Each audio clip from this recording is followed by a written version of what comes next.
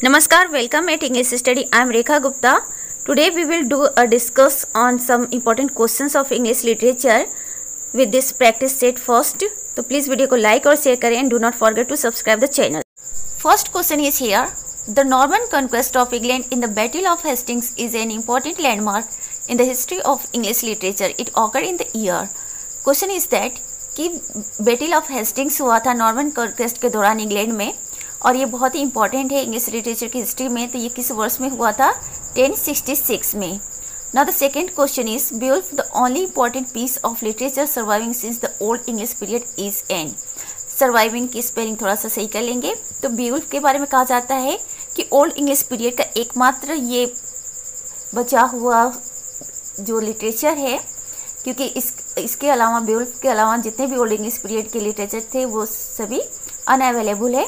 तो एकमात्र available literature is बीवुल्फ. ये क्या है? एंग्लो सेक्सन इपिक है. तो बीवुल्फ क्या है? Anglo Saxon epic. Now third question is out of the 4 chief dialects that flourished in the pre Chaucerian period the one that became the standard English in Chaucer's time is. England में Chaucer के time में 4 dialects बहुत ही ज्यादा popular थे. वो dialect जो चौसर के time में स्टैंडर्ड इंग्लिश बना, जिसे चौसर ने अपना लैंग्वेज के रूप में यूज किया और आगे चल के वही इंग्लिश के रूप में जाना जाता है. तो वो कौन सा डायलेक्ट है? The east Midland dialect. तो चौसर के टाइम पीरियड में 4 डायलेक्ट्स में से सबसे पॉपुलर था द ईस्ट मिडलैंड डायलेक्ट. इसी को चौसर ने अपने वर्क में यूज किया और लेटर ऑन यही इंग्लिश लैंग्वेज के रूप में जाना जाता है. The following are the features of French literature that the Normans imported to England. यहाँ पे कुछ फ्रेंच लिटरेचर के बारे में दिया है. कुछ इंपॉर्टेंट फीचर्स हैं फ्रेंच लिटरेचर के, जिसके बारे में कहा जाता है कि नॉर्मन्स लोगों ने इसे फ्रांस से कहाँ लाया? इंग्लैंड लाया. तो वो कौन कौन से फ्रेंच लिटरेचर के फीचर्स हैं? Clarity of expression, varied varied mood and themes. तो ये जो तीनों ही फीचर्स हैं वो फ्रेंच लिटरेचर के हैं, जिनको नॉर्मन्स लोगों ने इंग्लैंड लेकर आए अपने साथ फ्रांस से. The following is the characteristic feature of medieval literature. तो यहाँ पे मेडिवल लिटरेचर का कैरेक्टरिस्टिक फीचर दिया गया है. क्या है मेडिवल लिटरेचर का characteristic feature? The popular genre of the bird and the beast fable. तो मेडिवल टाइम पीरियड में जो बर्ड एंड बीस्ट फेबल से रिलेटेड थे वो बहुत ज़्यादा ही वर्क में इम्पॉर्टेंट थे. मतलब इससे रिलेटेड जो लोगों का सब्जेक्ट होता था, थीम होता था. The correct statements regarding the medieval literature are. अब यहाँ पे मेडिवल लिटरेचर से रिलेटेड सेकेंड क्वेश्चन भी है. वो क्या है कि करेक्ट स्टेटमेंट बताना है मेडिवल लिटरेचर से. तो ये सारे करेक्ट स्टेटमेंट है. Allegory was frequent and usual. Medieval literature में एलेगरी का बहुत ज़्यादा यूज होता था और कॉमन था. The dream vision convention was prevalent. और साथ में जो ड्रीम विजन कन्वेंशन था वो भी वहाँ पे चलता था मिडिवल लिटरेचर में. There was often in undercurrent of moral and dialectic strain. तो जो मॉरल और डायलेक्टिक स्ट्रेन था उसका एक अंडर करेंट भी देखने को मिलता था मिडिवल लिटरेचर में. ये कुछ इंपॉर्टेंट फीचर्स से मिडिवल लिटरेचर के. Now the seventh question is that the poet who was born in the reign of Edward III lived through that of Richard II and died in the reign of Henry IV was Geoffrey Chaucer. इसमें पूछा गया है कि वो कौन सा poet है जो एडवर्ड थर्ड के शासनकाल में जन्म हुआ था और रिचर्ड सेकेंड के शासनकाल में उसने अपना जीवन जिया और हेनरी फोर्थ के शासनकाल में उसकी डेथ होती है. तो that only one poet is Geoffrey Chaucer. Geoffrey Chaucer के बारे में ये कहा जाता है कि ये पहले पोएट हैं, ओनली वन पोएट है जिन्होंने 3 राजाओं का शासन देखा. किसका? एडवर्ड थर्ड का, रिचर्ड सेकेंड का और हेनरी फोर्थ का. तो इसी क्वेश्चन को घुमाकर कई तरीके से पूछा जा सकता है. Now next question is the Black Death that swept over England when Chaucer was about 9 years old is another name for. Chaucer के टाइम में जब चौसर बच्चा थे, 9 वर्ष के थे, तो उस समय एक ब्लैक डेथ हुआ था इंग्लैंड में। पूरे इंग्लैंड को एक तरह से उसने क्या कर दिया था, अपनी चपेट में ले लिया था। तो चारों तरफ काफ़ी मतलब डिजास्टर हो गया था, क्लेमिटी हो गया था। तो उस ब्लैक डेथ को किस नाम से जाना जाता है, द ग्रेट प्लेग। तो दूसरा नाम है the great plague. The great plague के लिए ही ब्लैक डेथ वर्ड यूज़ किया जाता है। और ये चौसर के टाइम में हुआ था, जब चौसर कितने वर्ष के थे, 9 इयर्स के। Now question number 9, there were 3 important medieval institutions which are। Medieval institutions, यहाँ पे 3 इंपॉर्टेंट मिडिवल इंस्टीट्यूशंस के बारे में दिया गया है। वो कौन कौन से मिडिवल इंस्टीट्यूशंस थे जो बहुत इंपॉर्टेंट थे, तो वो 3 है, फ्यूडलिज्म, चिवेलरी और नाइट इरेंट्री। चिवेलरी की स्पेलिंग मिस्टेक हो गई है, देख लेंगे, द चर्च। तो ये 3 इंपॉर्टेंट मिडिवल इंस्टीट्यूशंस है, फ्यूडलिज्म, चिवेलरी और knight errantry, the church. Question number 10. In Chaucer's time, the peasant revolt resulted in the end of serfdom. चौसर के टाइम में peasant revolt जो था, उसकी वजह जो थी, उसका रिजल्ट जो हुआ वो end of serfdom हुआ। Now question number 11. The spirit of new learning in the transitional period from the medieval to the modern was chiefly the influence of। जो न्यू लर्निंग के स्पिरिट को लेकर है ट्रांजिशनल पीरियड के time में, जो कि मिडिवल टाइम पीरियड से लेकर मॉडर्न तक चलता है, उसका जो इन्फ्लुएंस था वो कहाँ से हुआ था, इटालियन रेनेसां से। तो ट्रांजिशनल पीरियड में न्यू लर्निंग की स्पिरिट की जो बात है वो कहाँ से प्रभावित थी, इटालियन रेनेसां से।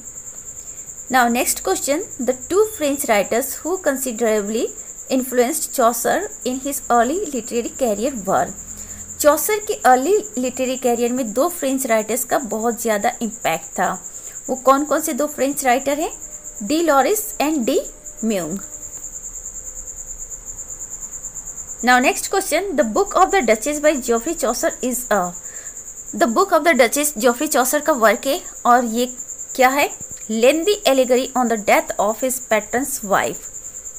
इस बुक को जियोफ्री चौसर ने अपने पैट्रन्स की वाइफ के लिए लिखा है, और ये एक लंबी एलिगोरी है, और पैट्रन की जो वाइफ है उनकी डेथ हो जाती है, उसी पर इन्होंने लिखा है जियोफ्री चौसर ने book, the book of the Duchess. Question number 14, the work of Chaucer which bears close resemblance to Dante's Divine Comedy is the house of fame. Chaucer का जो हाउस ऑफ फेम है, ऐसा कहा जाता है कि दांते की डिवाइन कॉमेडी जैसा ही है, दोनों में समानता है। दांते की डिवाइन कॉमेडी क्या है, चौसर की जो द हाउस ऑफ फेम है वो दांते की डिवाइन कॉमेडी की तरह वर्क है। Now question number 15, the work of Chaucer contains passages that have been directly taken from Dante is. तो वो चौसर का कौन सा वर्क है जिसमें दांते के वर्क से कुछ पैसेजेस लिए गए हैं, और वो वर्क है द पार्लियामेंट ऑफ फॉल्स। चौसर का वर्क है द पार्लियामेंट ऑफ फॉल्स, जिसमें दांते की वर्क के कुछ पैसेज बोरो किए गए हैं। तो याद रखेंगे कि चौसर का जो वर्क दांते के वर्क से बोरो किया गया है, उसमें कुछ passage, that is the Parliament of Fowls. Next question is, Troilus and Criseyde by Chaucer shows great influence of Flustretto by। Chaucer का एक वर्क है ट्रोइलस एंड क्रिसेड, और ऐसा कहा जाता है कि ये वर्क चौसर ने लिखा था फ्लस्ट्रेटो नाम के वर्क से प्रभावित होकर। ये फ्लस्ट्रेटो वर्क किसका है, बोकासियो का है। तो चौसर ने वो कौन सा वर्क लिखा है जो बोकासियो की फ्लस्ट्रेटो से इन्फ्लुएंस होकर लिखा है, ट्रोइलस एंड क्रिसेड। यही क्वेश्चंस आएंगे, घुमा फिरा कर पूछे जाएंगे आप लोगों से। Now question number 17, Troilus and Cresside and Pandorus reveal maturity of Chaucer's narrative skills and his dexterity in handling the rhyme royal।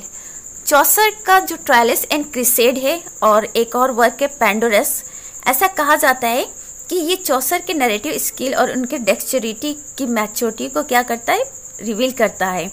और किस चीज़ के हैंडलिंग में, राइम रॉयल, क्योंकि चौसर इज द व्हाट फाउंड, ये कहेंगे चौसर ही वो पर्सन है जिन्होंने राइम रॉयल को इंट्रोड्यूस किया है इंग्लिश लिटरेचर में।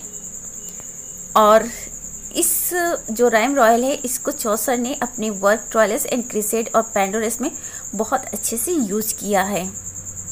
Next question, the very idea of the Canterbury Tales is believed to have been taken from Boccaccio's. तो कैंटरबरी टेल्स का जो आइडिया है ऐसा माना जाता है कि चौसर ने बोकासियो के एक वर्क से लिया है, और बोकासियो का वो वर्क है रिकैमेरोन जो वर्क है बोकासियो का, उसी से चौसर ने द कैंटरबरी टेल्स का आइडिया बोरो किया है। तो देखिए कितने इंपॉर्टेंट क्वेश्चन से चौसर से रिलेटेड है, और जितने भी चौसर से रिलेटेड ये क्वेश्चन है, ये क्वेश्चंस कभी ना कभी एग्जाम में जरूर पूछ लिए जाते हैं। तो आप लोग याद रखेंगे कि चौसर ने जो आइडिया बोरो किया था कैंटरबरी टेल्स के लिए वो बोकासियो के रिकैमेरोन से लिया था। Question number 19. The poem by Chaucer known to be the first attempt in English to use the heroic couplet is The Legend of Good Women. चौसर का एक वर्क है जिसमें चौसर ने पहली बार क्या किया था, हीरोइक कपलेट का यूज़ किया था। और सिर्फ चौसर ने ही, Chaucer is the first person to introduce heroic couplet in English literature. और वो किस पोएम में चौसर ने हीरोइक कपलेट को फर्स्ट टाइम इंट्रोड्यूस किया है, that is the legend of good women. You should remember this question, बहुत ही इंपॉर्टेंट है। Who has remark that Chaucer found English a dialect and left it a language. तो वो कौन person है जिन्होंने ये कहा है कि चौसर ने इंग्लिश को एक डायलेक्ट के रूप में पाया और उसे एक लैंग्वेज बनाकर छोड़ा। तो that name is John Livingstone lobes. तो बहुत सारे इंपॉर्टेंट क्वेश्चन से और भी इंपॉर्टेंट क्वेश्चन हम लेकर आपके लिए आएंगे। आप लोग प्लीज़ वीडियो को लाइक और शेयर करें और सब्सक्राइब तो ज़रूर करें चैनल को। Thanks for watching.